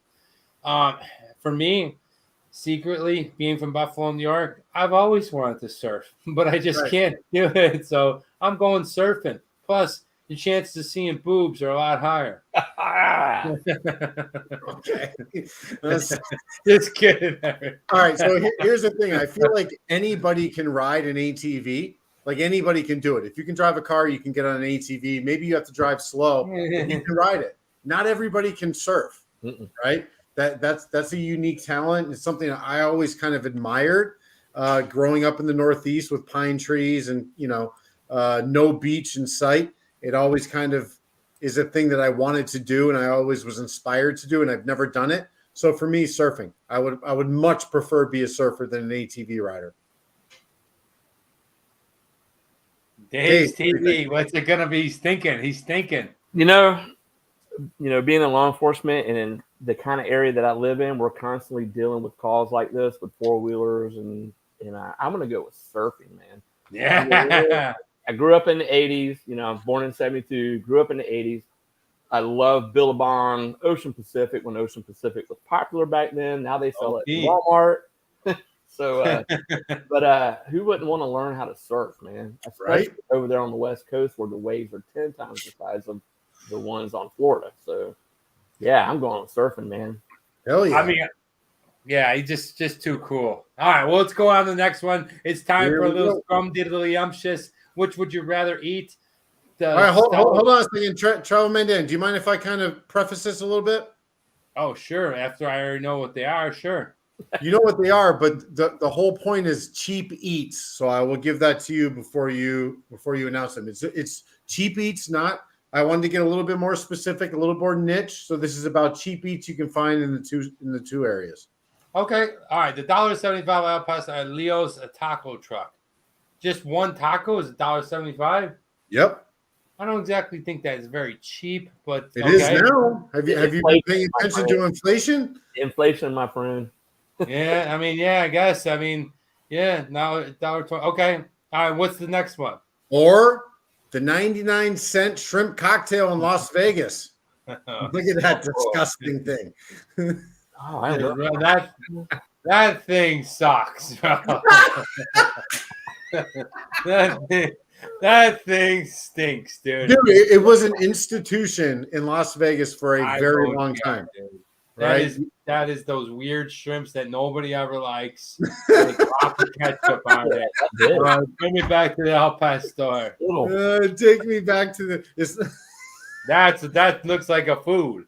You got colors. You got This looks like food too, dude. It looks like a bunch of shrimp shoved in a fucking sundae thing with a blob of ketchup. It's fucking protein with a little bit of ketchup and sugar and high cholesterol. Yeah, I'm going with El Pastor. So, are you going with that thing? No. See? Now, all right, if it's the one on the left, I think I can make it work. The one on the right looks like they took the worst kind of shrimp possible, threw it into a disgusting ice cream fucking chocolate sundae server thing, and then put some cocktail sauce on top. Emily's got the best comment of the show. That's funny. It is. I don't know why. That beats Chris. Chris, I'm sorry. The mailman was funny, but Emily's got the best comment. The shrimp cocktail so 90s. up in Denmark. That's the day. I love it. Great ceviche now. I mean, we gotta look at that thing. It's shrimp Sunday. That's what they should call it. Wow. All right, so the Travel Man Dana, what are you doing? Come on, I already told you 4 times. Pastor, not even close. All right, I'm doing the fucking shrimp cocktail. No, all right. It's for value, 99 cents. I've got about 3 ounces of terrible shrimp. I've got a little bit of carbohydrate from the sugar and the ketchup. I'm going this taco, dude. I can find these anywhere. Yeah, they're anywhere. Good. You know what you can't find anywhere is 99-cent shrimp cocktail. So I'm going with that. Dave, what do you think? You know, living in Florida, you know, we have shrimp cocktail everywhere. But on the flip side of that, we have taco trucks everywhere. I'm gonna go with Leo's taco truck, man, because I love me some street tacos, man. This shrimp looks undercooked. Dude, that's some pathetic looking shrimp, man. Exactly, dude. You're looking at explosive diarrhea. That's not no Arnold Schwarzenegger shrimp right there. No, it is not. Florida shrimp's a lot bigger than that. Yeah, that's like going out for a fish fry and you get minnows. All right. All right. Give me number 4. What are we going here with? We go. Travel Man Dan, let's see your hosting skills. Would you rather? Oh, damn. But I'd rather go and see the band Red Hot Chili Peppers. What I gotta give it to you, mama. All right. Or would you rather go and listen to what was their song? The sex song. I don't know. The sex song? Dude, what are you talking about? Somebody told me that you had a boyfriend that looked like a girlfriend. All right. I like them both. Both bands are killer, but for me, both bands are killer. Both. I mean, that's not even close. Red Hot Chili Peppers. What? Yeah, not even close. I love the Peppers. It's not even close. No, it's not even close. No, the Killers are not close to the Red Hot Chili Peppers. Maybe for you, but if I'm going, maybe for me, just in general, they're absolutely close. Yeah, but they're close in the same stratosphere. Yes, so they're close that way. But for me, this decision is not close. The Red Hot Chili Peppers, I love them. You want to know why? Because in this picture in the top right, I kind of assume you to be Anthony Kiedis right there with my face into your bicep. Yeah, that does look like you. He looks like you, dude. What are you talking about? You look like Anthony Kiedis. Oh, by the way, Carlos Z with the fucking worst comment of the day. Oh my God, Carlos Z, man, that's awesome. I would have never thought of that. Red Hot Chili Peppers, easy, Damien. I'm so disappointed. What the fuck? Red Hot, Nate, go home, man. Shit, I'm trolling. He is home gnome. The fucking Killers. Listen, all right. The Red Hot Chili Peppers have the Killers on one thing. They've got them on longevity, and they've got them on the fact that their albums have been pretty much consistent the entire time. The Killers' first 3 albums are better than Red Hot Chili Peppers' first 3 albums. It's not even close. What? Are you high? Difference is, no, I'm not high. Are you high? Dude, well, I gotta give it to your mama. They're better. The first 3 albums from the Killers are better than the first 3 albums from Red Hot Chili Peppers. I don't give a fuck what all of y'all say. You guys like the lowest common denominator, which is the Red Hot Chili Peppers. Dude, not only are you high, but you all of a sudden you're Southern. What do you mean Southern? The Killers are better, dude. They're better. All right, let's go to Dave. Weak ass rock and roll. I'm afraid to answer it, man. You like 80s and get me, man. No.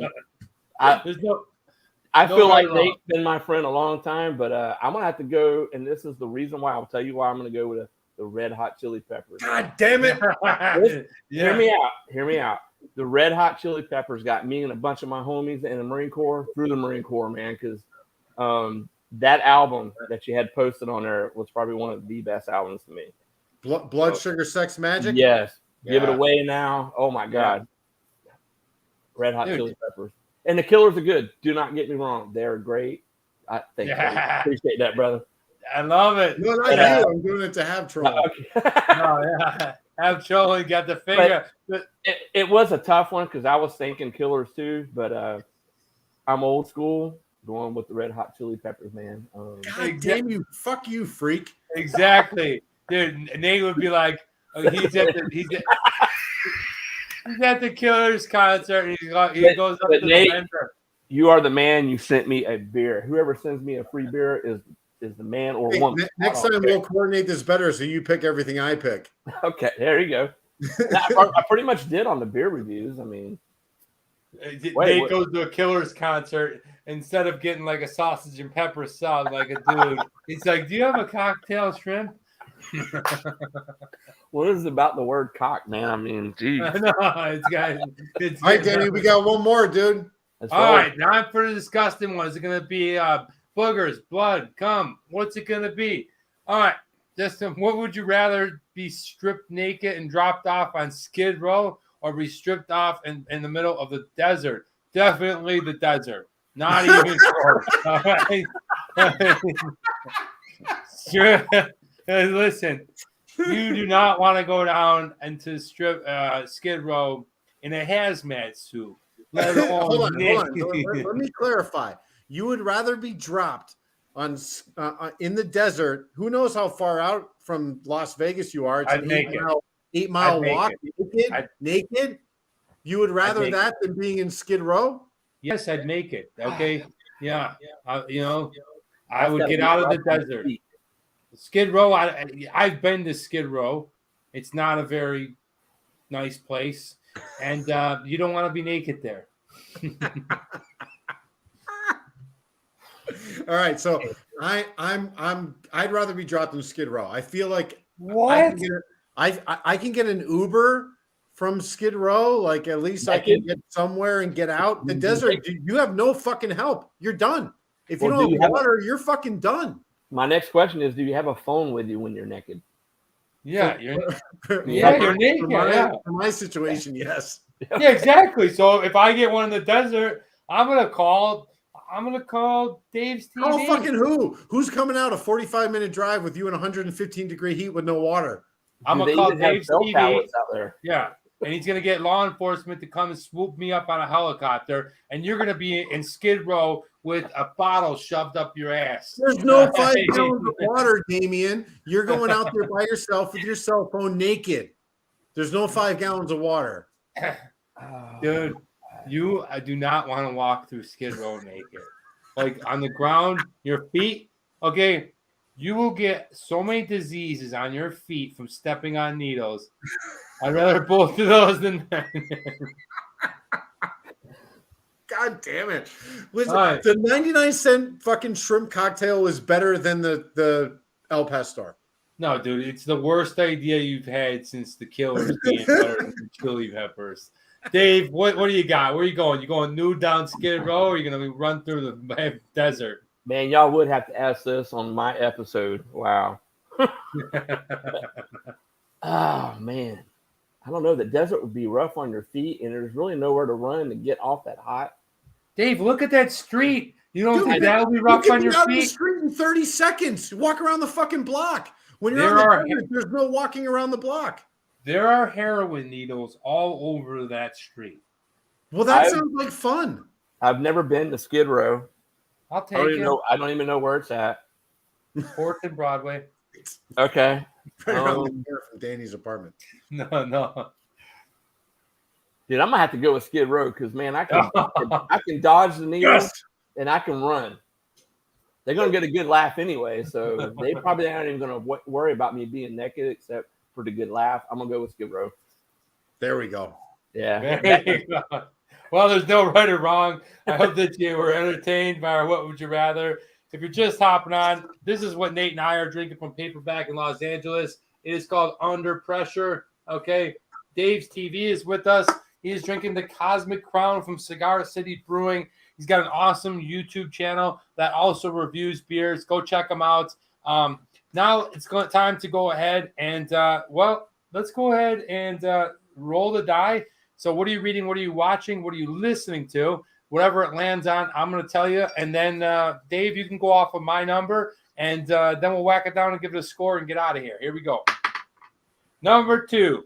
What are you watching? I am watching the UFC Fight Night London. It starts in 30 minutes, actually 25 minutes. That's what I'm watching. Nate, what about you? I also rolled a 2. What am I watching? I recently, and we have a military guy on the show, recently watched Top Gun. I don't know if you guys have been to the theater to see that movie, but that is exceptional American movie, I guess, right? Action film. It is exactly what I expected, exactly what I wanted. Absolutely loved it. If you guys haven't had an opportunity to go see Top Gun, go see it. See it in the theater. You need to. It's just fucking exceptional movie. Did you see me? I did.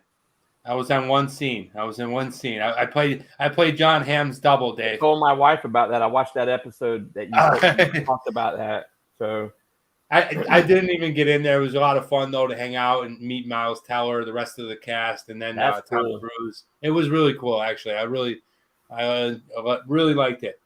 Dave, what are you watching?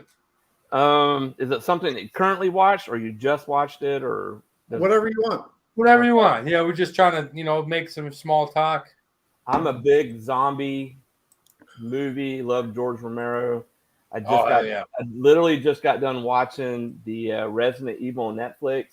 I wasn't impressed with it. I thought it was going to be more towards the game, but it went way off base. But it was interesting to watch. So it was Resident Evil on Netflix. Cool. Just love it. Watching it. So love it. Well, guys, it's time to go ahead and whack this down. Give it a score. So let's go ahead. One last cheers for everybody. And we'll go ahead and score our second beer of the show. All righty, let's do it. My gosh. I'm already I like that. When 6 o'clock rolled around this morning, I said I was never going to drink again. He said that I got paid for every time I said that. Jesus, man. We would be wealthy. Oh, man. I'd be in Malibu with you right now. All right, Under Pressure. Great beer. I felt like it really grabbed the essence of Pale Ale. Since Nate mentioned it tasted like Sierra Nevada, absolutely. It's got that refreshing, crisp taste where, Dave, there's no animation on that. Oh, yeah. Okay, check that out.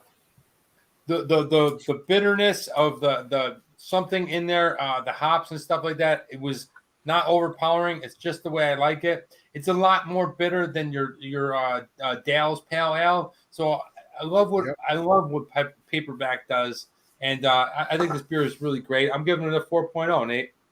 Yeah, so I'm going to go for taste. I'm going to go 3.5. I think they did a good job. If you set the barometer at Sierra Nevada Pale Ale, they probably come a little bit under that, which is okay, which is expected, right? Sierra Nevada has been doing that beer for a very long time, and they've got that locked in. But this is a good offering. The Pale Ale is a beer I wish that we would see more of from craft brewers, and I enjoyed it. 3.5. Nice. All right. I guess I'm next with the Cosmic Crown, Cigar City. Cigar City's kind of hit or miss. They're one of the bigger craft beer companies out in Florida, so I like some of them I don't like. This one, I'm not big on Belgian style ales, but I wanted to try it.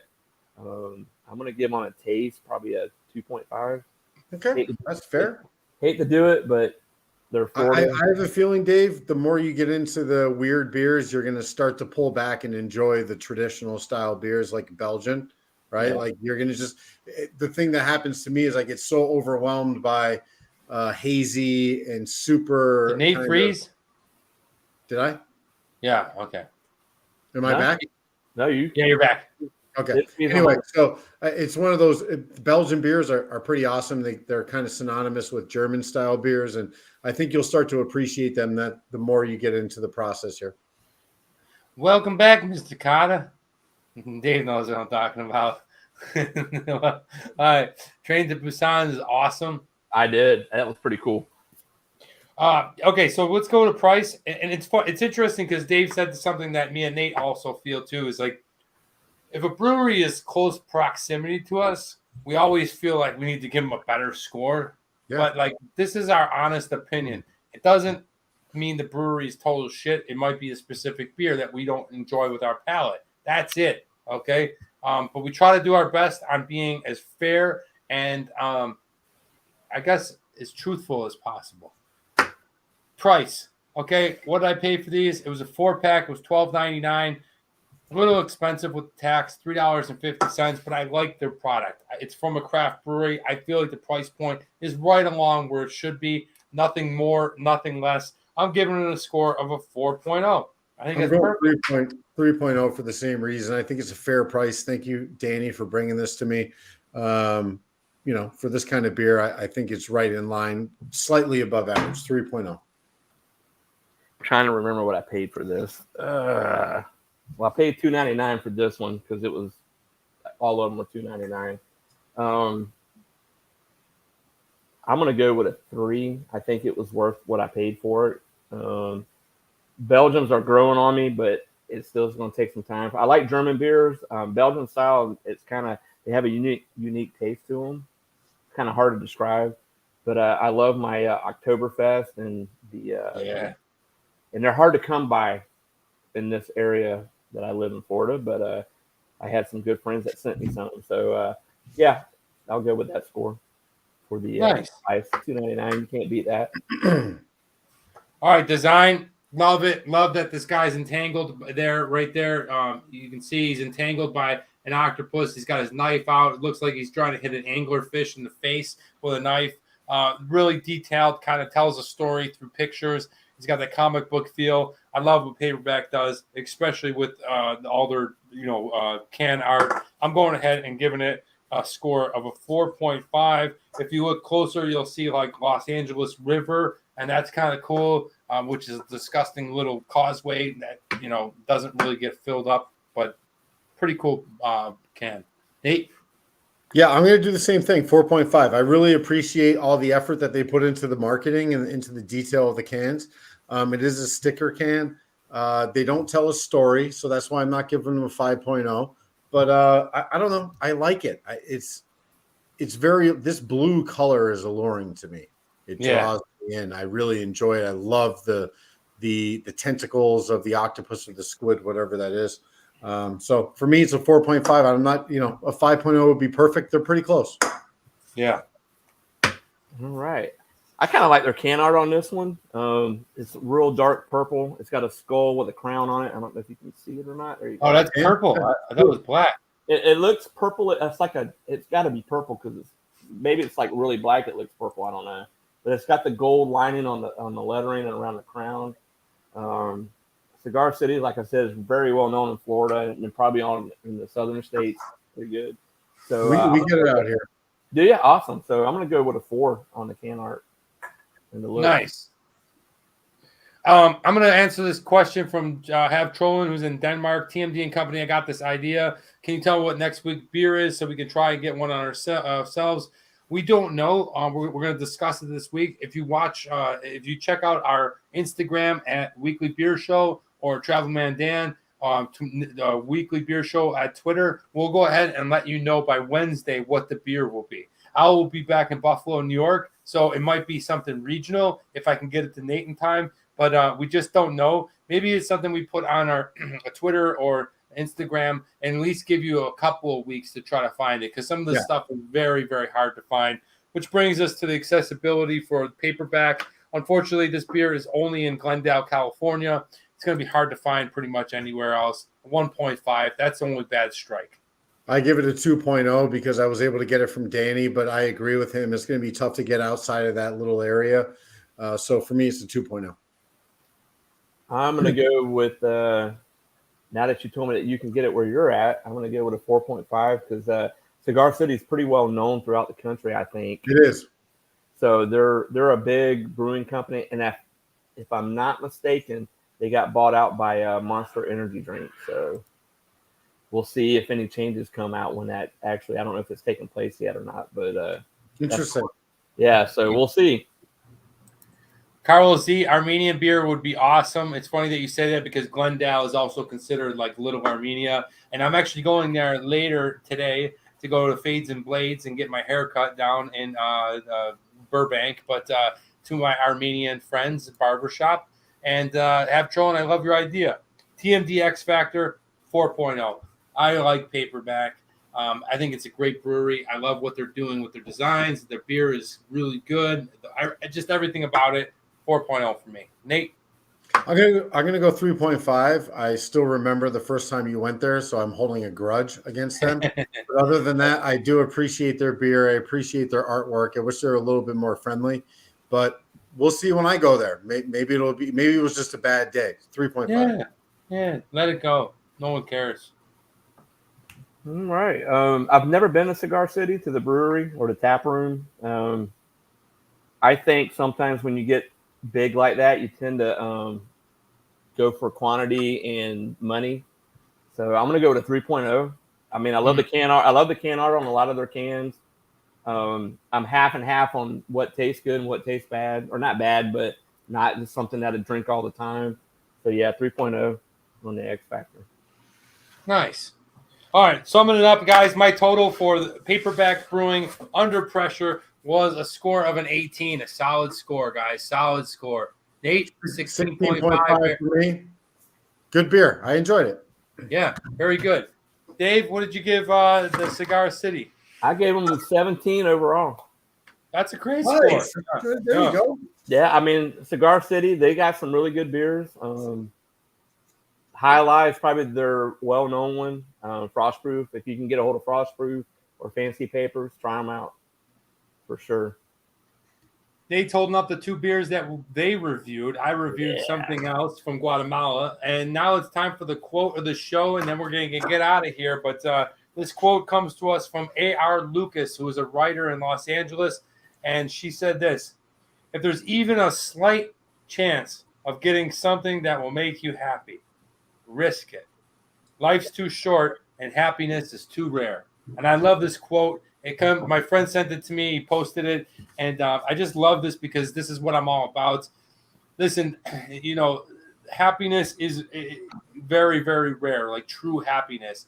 And taking a risk at something that you think that might bring you happiness is always worth it. It's always worth it. Don't let anybody ever tell you to play it safe and stuff like that. Obviously, you don't want to be reckless and dangerous. That is a totally different thing.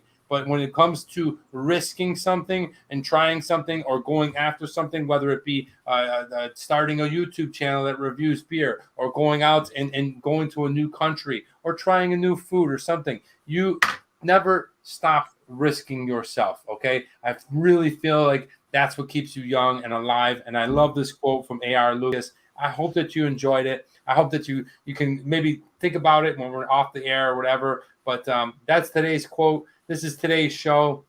I had an awesome time here with Dave from Dave's TV, another beer tuber. Yeah, Dave, did you have a good time on the show? Dude, I had a great time. I hope I can be on your show again sometime. Of course, we love it. We always bring callbacks, and consider this a friendship that has now been started, and we're going to continue to go ahead. Please support him at Dave's TV. Check out his beer show. Let him know where you're watching in from. Nate, Fremont Street with the shrimp cocktail. Great job, my friend. Great job. Do you have any closing words, Nate? No, man, I'm just happy to promote our friend Dave here, and hopefully we can have him back on the show. Maybe we can get on your show in the future here.